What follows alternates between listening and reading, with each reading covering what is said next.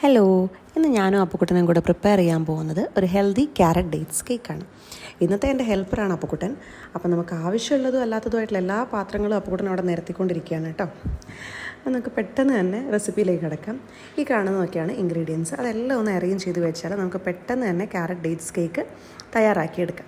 Okay, അപ്പോൾ ഞാൻ ആദ്യമായിട്ട് 1 കപ്പ് ഗോതമ്പ് പൊടി നല്ലോണം അരിച്ച് കട്ടയൊന്നും ഇല്ലാതെ മാറ്റി വെച്ചിട്ടുണ്ട് ഒരു ബൗളിലേക്ക്. പിന്നെ മറ്റൊരു വലിയ ബൗളിലേക്ക് 2 മുട്ട, റൂം ടെമ്പറേച്ചറിലുള്ള 2 മുട്ട പൊട്ടിച്ചൊഴിച്ച് കൊടുക്കുന്നുണ്ട്. അത് നന്നായിട്ട് ബീറ്റ് ചെയ്ത് നല്ല ഫ്ലഫി ആയിട്ട് വരുന്നവരെ ബീറ്റ് ചെയ്യണം. അതിലേക്ക് നമ്മൾ ആഡ് ചെയ്യാൻ പോകുന്നത് 3/4 കപ്പ് ശർക്കരപ്പൊടിയും 2 ഗ്രാമ്പും കൂടെ നന്നായിട്ട് പൊടിച്ചെടുത്തതിന് ശേഷമുള്ള അളവാണ് 3/4 കപ്പ്. അത് നമ്മൾ ഇതിൽ മിക്സറിലേക്ക് ആഡ് ചെയ്ത് കൊടുക്കുന്നുണ്ട്. ഈ ബീറ്റ് ചെയ്ത് വെച്ച് എഗ്ഗിലേക്ക് ആഡ് ചെയ്ത് കൊടുക്കുന്നുണ്ട്. അത് നന്നായിട്ട് മിക്സ് ചെയ്തെടുക്കാം. ആ മിക്സ് ചെയ്തെടുത്തതിന് ശേഷം നമ്മൾ അടുത്തതായിട്ട് ആഡ് ചെയ്യാൻ പോകുന്നത് മെൽറ്റ് ചെയ്ത് വെച്ചിരിക്കുന്ന ബട്ടറാണ്. ഓക്കെ, അപ്പോൾ 1 കപ്പ് മെൽറ്റ് ചെയ്ത് ബട്ടറാണ് ഞാനിതിലേക്ക് ആഡ് ചെയ്യാൻ പോകുന്നത്.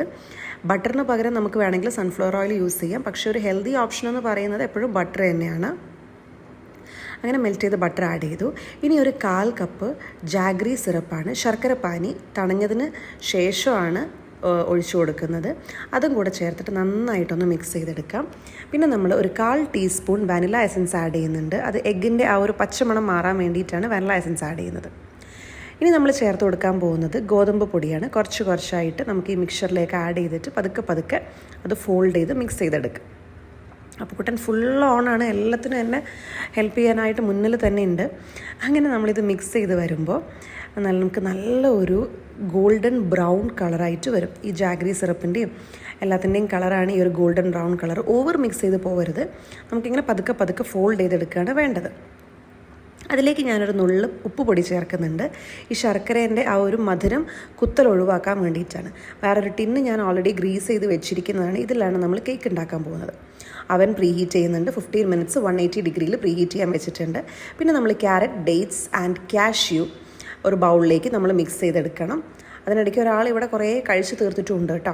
ഓക്കെ, അപ്പം നമുക്ക് ഒരു ക്യാരറ്റും ഡേറ്റ്സും കാഷ്യൂ ക്രഷ് ചെയ്തതാണ്, അതും കൂടെ ഒരു വലിയ ബൗളിലേക്ക് ഇട്ടിട്ട് കുറച്ച് ഗോതമ്പ് പൊടി ആഡ് ചെയ്തിട്ടൊന്ന് മിക്സ് ചെയ്യാം. ഗോതമ്പ് പൊടി ആഡ് ചെയ്യുന്നത് എന്തിനാണെന്ന് വെച്ചാൽ ഈ കേക്ക് ബാറ്ററിൽ ഈ മിക്സ്ചർ അടിയിൽ പോയി സെറ്റിൽ ആവാതിരിക്കാനാണ് കേട്ടോ.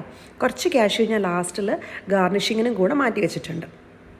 അങ്ങനെ മിക്സ് ചെയ്ത് വെച്ചിട്ടുള്ള സാധനം ഈ കേക്ക് ബാറ്ററിലേക്ക് കുറച്ചായിട്ട് ആഡ് ചെയ്തിട്ട് പതുക്കെ അതൊന്ന് ഫോൾഡ് ചെയ്തിട്ട് എടുക്കാം. ഓക്കെ, അങ്ങനെ ഫോൾഡ് ചെയ്ത് നല്ലൊരു ടെക്സ്ചറായിട്ട് നല്ലൊരു കൺസിസ്റ്റൻസിയിൽ എത്തിയിട്ടുണ്ട്. അത് നമ്മൾ ഓൾറെഡി ഗ്രീസ് ചെയ്ത് വെച്ചിരിക്കുന്ന ടിന്നിലേക്ക് ഒഴിച്ചു കൊടുക്കുകയാണ്. ഓക്കെ, ഈ ടിന്ന് നമ്മൾ ബട്ടർ വെച്ചിട്ടാണ് ഞാൻ ഗ്രീസ് ചെയ്തിട്ടുള്ളത്. വേണമെങ്കിൽ നിങ്ങൾക്ക് ഓയിൽ വെച്ചിട്ട് ഗ്രീസ് ചെയ്യാം, വേണമെങ്കിൽ അടിയിലൊരു ബട്ടർ പേപ്പറും ലെയർ ചെയ്യാം. ഞാനിത് നോൺ സ്റ്റിക്ക് ടിന്നായതുകൊണ്ട് ബട്ടർ വെച്ചിട്ടേ ഗ്രീസ് ചെയ്തിട്ടുള്ളൂ. അങ്ങനെ അതിൻ്റെ മുകളിലേക്ക് ഞാൻ കുറച്ച് കാഷ്യൂ ഇട്ട് ഗാർണിഷ് ചെയ്തു. അതിനിടയ്ക്ക് അപ്പുക്കുട്ടനെ വിശക്കാൻ തുടങ്ങി. അപ്പോൾ അപ്പുക്കുട്ടൻ്റെ തൽക്കാലത്തേക്കുള്ള വിശപ്പിന് ഞാനിതാ ഒരു ദോശ ഉണ്ടാക്കുകയാണ്. അപ്പോൾ ഇത് ഞാൻ ഓൾറെഡി പ്രിപ്പയർ ചെയ്ത് വെച്ച ദോശ ബാറ്ററാണ്. റാഗിയും ചെറുപയറും വെച്ചിട്ടാണ് ഈ ബാറ്റർ പ്രിപ്പയർ ചെയ്തിരിക്കുന്നത്. അതിൻ്റെ വീഡിയോ ഒന്നും ഞാൻ എടുത്തിട്ടില്ല, നമുക്ക് വേറൊരു വീഡിയോയിൽ ഞാൻ കാണിക്കാം കേട്ടോ. ഓക്കെ, അപ്പോൾ ചൂടായിട്ടുള്ള പാനിലേക്ക് ഞാൻ ഈ ദോശ ബാറ്റർ ഒഴിച്ചു. ജസ്റ്റ് ഒന്ന് ചുറ്റിച്ചു കൊടുക്കുന്നേ ഉള്ളൂ. അപ്പോൾ കൂടെ ഒരുപാട് ക്രിസ്പി ആയിട്ടുള്ള ദോശ ഇഷ്ടമല്ല, അതുകൊണ്ട് കുറച്ച് കട്ടിയിലാണ് ദോശ പരത്തിയിട്ടുള്ളത്. അതൊരു ലിഡ് വെച്ച് കവർ ചെയ്യാം. എന്നിട്ട് അതൊന്ന് കുക്കായിട്ട് വരുമ്പോൾ നമ്മൾ ഇവിടെ എൻ്റെ കയ്യിലൂടെ ഹോം മെയ്ഡ് ഗീ ഉണ്ട്, എൻ്റെ മേമ പ്രിപ്പയർ ചെയ്ത് തന്നതാണ്. അത് കുറച്ച് ഈ ദോശേൻ്റെ മുകളിലേക്ക് ഒന്ന് പരട്ടി കൊടുത്തിട്ട് ദോശ ഫോൾഡ് ചെയ്തിട്ട് അപ്പുക്കുട്ടൻ്റെ പ്ലേറ്റിൽ സെർവ് ചെയ്ത് കൊടുക്കാം. And she is happy. Okay, അതിന് ഇടയ്ക്ക് നമുക്ക് ഓവൻ പ്രീഹീറ്റായിട്ട് വന്നിട്ടുണ്ട്.